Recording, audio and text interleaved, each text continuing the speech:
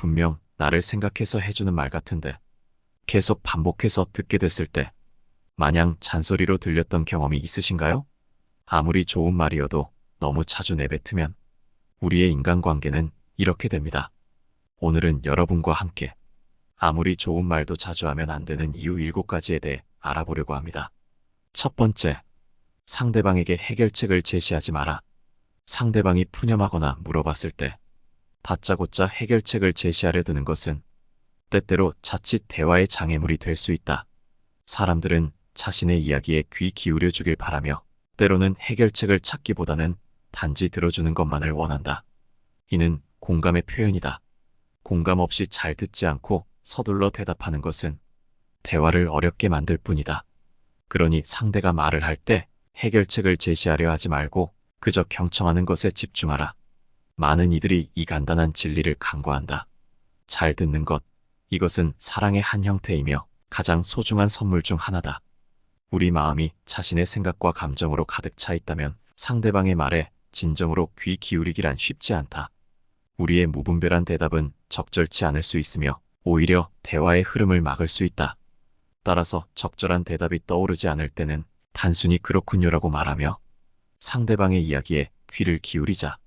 경청하다 보면 상황을 이해하게 되고 그때 비로소 상황에 맞는 말을 할 수 있게 될 것이다. 의례적인 대답이나 부적절한 말은 소통을 방해할 뿐이다. 때로는 침묵이 흐르는 것을 두려워하지 말고 아무 말 없이 현재 순간을 인식하며 조용히 있는 것도 좋다. 이렇게 서로를 경청하며 공감하는 과정 속에서 우리는 더 깊은 이해와 연결을 경험하게 된다. 대화는 단순히 말을 교환하는 행위를 넘어 서로의 마음을 나누고 서로의 존재를 인정하는 소중한 시간이 될 수 있다. 우리가 진정으로 서로의 말에 귀 기울일 때 우리는 더 깊은 관계를 구축하고 서로에 대한 이해를 넓히며 마음의 평화를 발견하게 된다.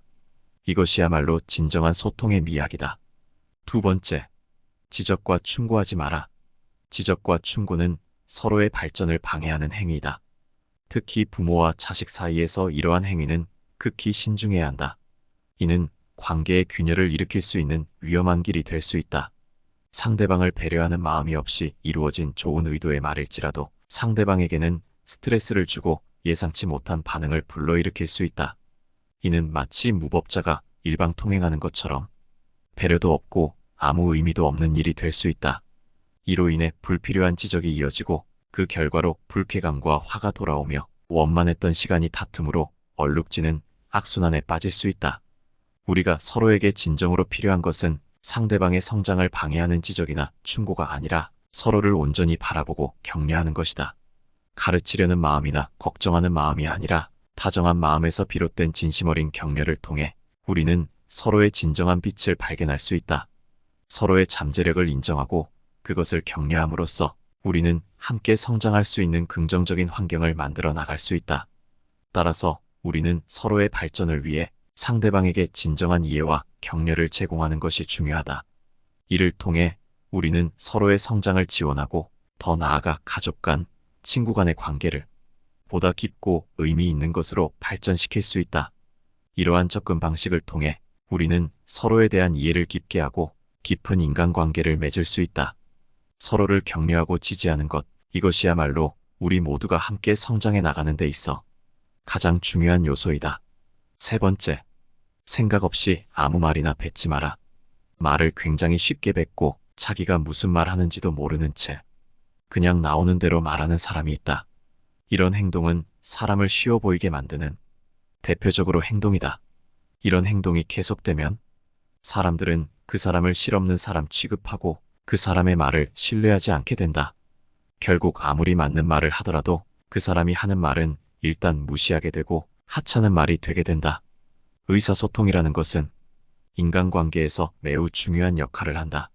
사람이 어떤 말을 하고 어떻게 얘기하냐에 따라서 인간관계에서 보여지는 이미지가 결정된다. 그렇기에 자신이 하는 말에 대해 아무 생각하지도 않고 그저 뱉기만 하는 사람들은 소통과 공감에 문제가 생겨 주변 사람들에게 무시당할 가능성이 높다.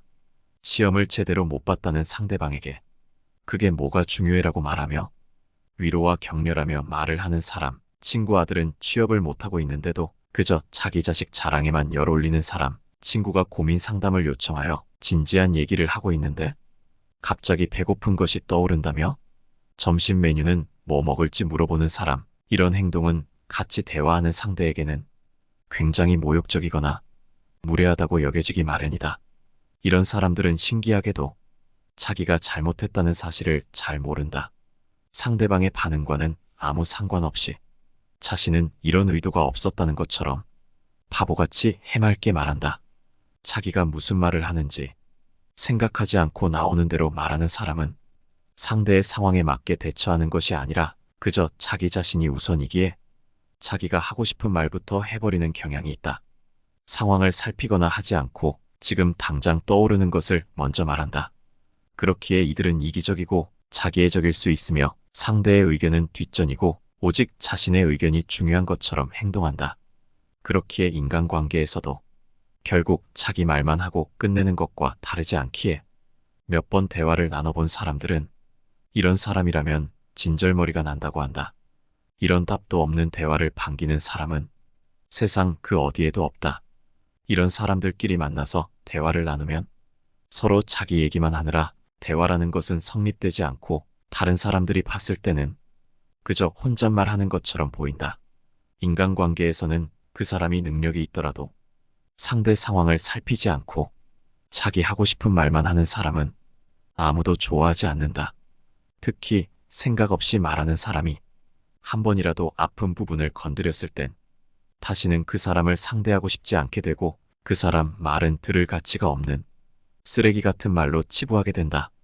싫은 것과 별개로 무시하는 것 역시도 함께 드러난다.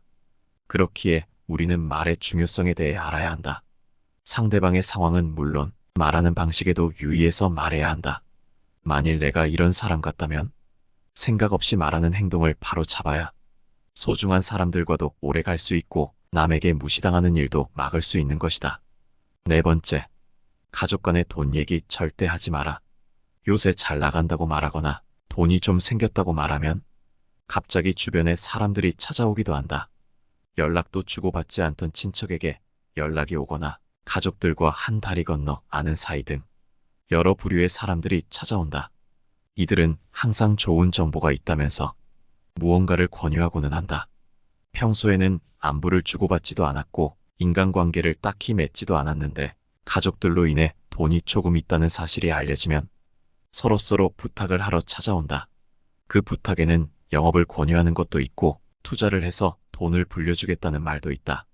모두 돈과 관련된 부탁인데 이들은 부탁을 들어주지 않으면 가족이라면 가족 간에도 그 정도도 못해주냐? 가족과 아는 사이라면 내가 안지 오래된 사람인데 정말 좋은 사람이니까 좀 들어줘라며 부탁을 들어줄 것을 강요한다. 한마디로 상대방과의 신뢰나 상황에 대해서는 관심 없고 사람이 아닌 오직 돈에만 관심이 있는 사람이다. 즉 돈에 관련된 자랑은 어지간해서는 하지 않는 게 좋다.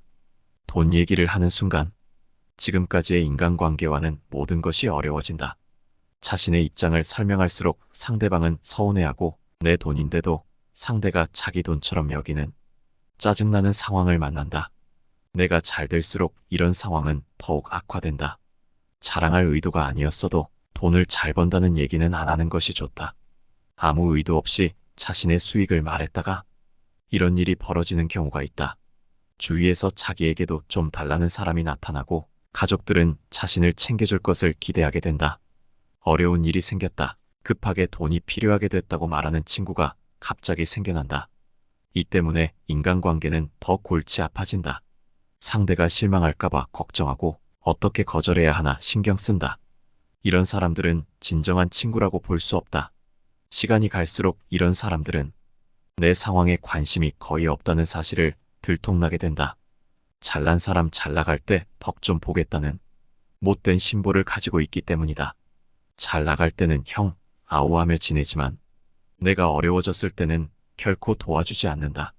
만약 잘 나가던 사업이 실패하기라도 하면 그 전에 덕을 봐서 도와줄 줄 알았는데 자기도 힘들어서 어쩔 수 없다며 내 팔자니 내가 알아서 해야 하지 않겠냐며 자신과 선을 그어버리고 연락도 잘 되지 않는다. 맨 처음에 잘난 친구 덕 좀 보자며 찾아온 사람에게도 이렇게 선을 그었더라면 지금의 후회는 없었을 것이다. 하지만 선을 긋지 못하고 좋은 사람처럼 퍼주면 당시에는 잘 대해주기에 대접받는 느낌이 들지만 그 속으로는 질투하는 사람이 대부분이다.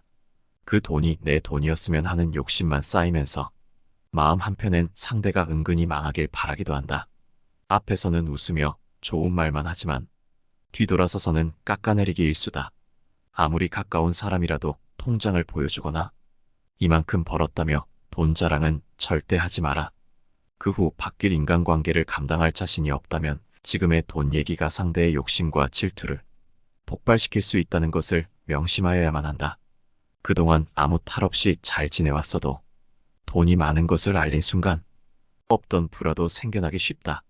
물론 부모라면 자식이 아무리 엄청나게 돈을 벌어도 자식이 고생한 것이 더 눈에 들어오기에 대부분의 부모들은 자식에게 크게 바라지 않고 자식의 돈을 탐내는 경우가 거의 없다. 오히려 가까운 사이일수록 돈거래에 신중하라고 당부하기까지 한다. 그렇기에 돈에 대해서는 이런 마음으로 대하라. 5번째, 침묵도 좋은 대화다. 남과의 어색한 시간이 싫어서 무슨 말이라도 할 것 같아서 아무 말이나 하는 사람들이 많지만 그럴 필요가 없다. 침묵도 의미 있는 대화가 될 수 있다. 때로는 말없이 곁에 있음만으로도 충분히 서로를 이해할 수 있다. 색함을 피하기 위해 무분별하게 말을 늘어놓는 것은 오히려 소통을 방해할 뿐이다. 왜냐하면 침묵 역시 하나의 대화 형태로 진정한 이해와 공감을 위한 공간을 제공하기 때문이다. 진실된 대화를 나누고 싶다면 때로는 말을 아끼고 침묵을 통해 서로의 마음을 느껴보는 것도 중요하다. 영혼 없는 대화보다는 고요한 침묵 속에서 서로를 이해하는 것이 더 큰 의미를 가진다.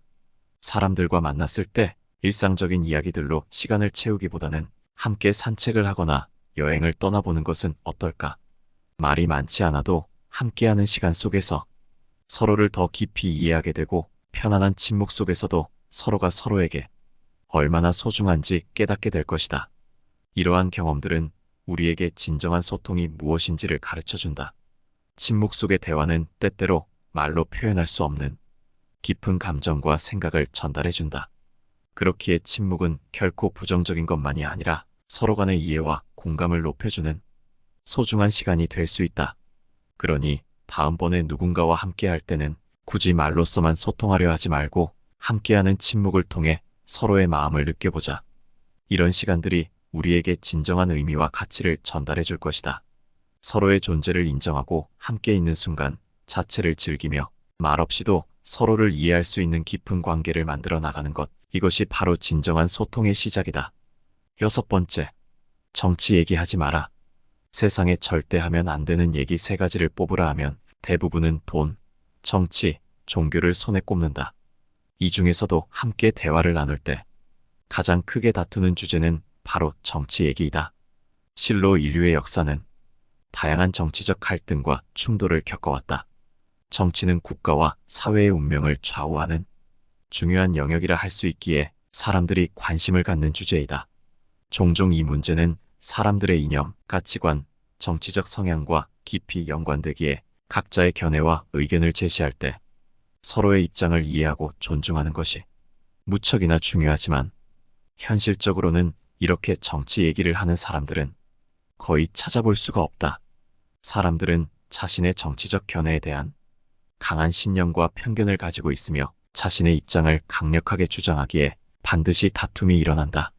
세상에 절대적으로 맞는 것은 없지만 정치 얘기가 시작되면 나는 옳고 너는 틀려라는 논리로 상대방의 정치 신념을 비난하고 자신이 지지하는 정당이 비난당하면 마치 부모의 원수를 만난 것처럼 달려든다. 그렇기에 정치 얘기는 반드시 피하고 설령 얘기를 하더라도 대화 방식에 주의를 기울여라. 상대방의 의견을 경청하고 존중하는 자세를 갖고 갈등을 피하며 공감대를 형성하는 데 주력하여야 한다. 이 세상에서 대화를 나눌 때는 그게 어떤 주제든지 결국 대화의 목적은 서로 간의 이해와 소통이다. 따라서 정치 얘기를 포함한 예민한 주제를 다룰 때에는 상대방의 감정과 입장을 존중하며 적절한 타협과 배려를 통해 대화를 진행해야 하며 이를 할 수 없겠거든 애초에 시작조차 하지 마라. 7번째, 남과 비교하는 말을 절대 뱉지 마라.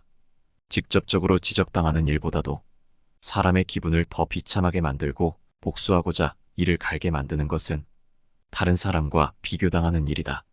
친한 친구들 사이에서도 비교해서는 안 되지만 가족 구성원에게까지 비교하는 말을 뱉는 것은 몰상식한 사람들만이 하는 행동이다.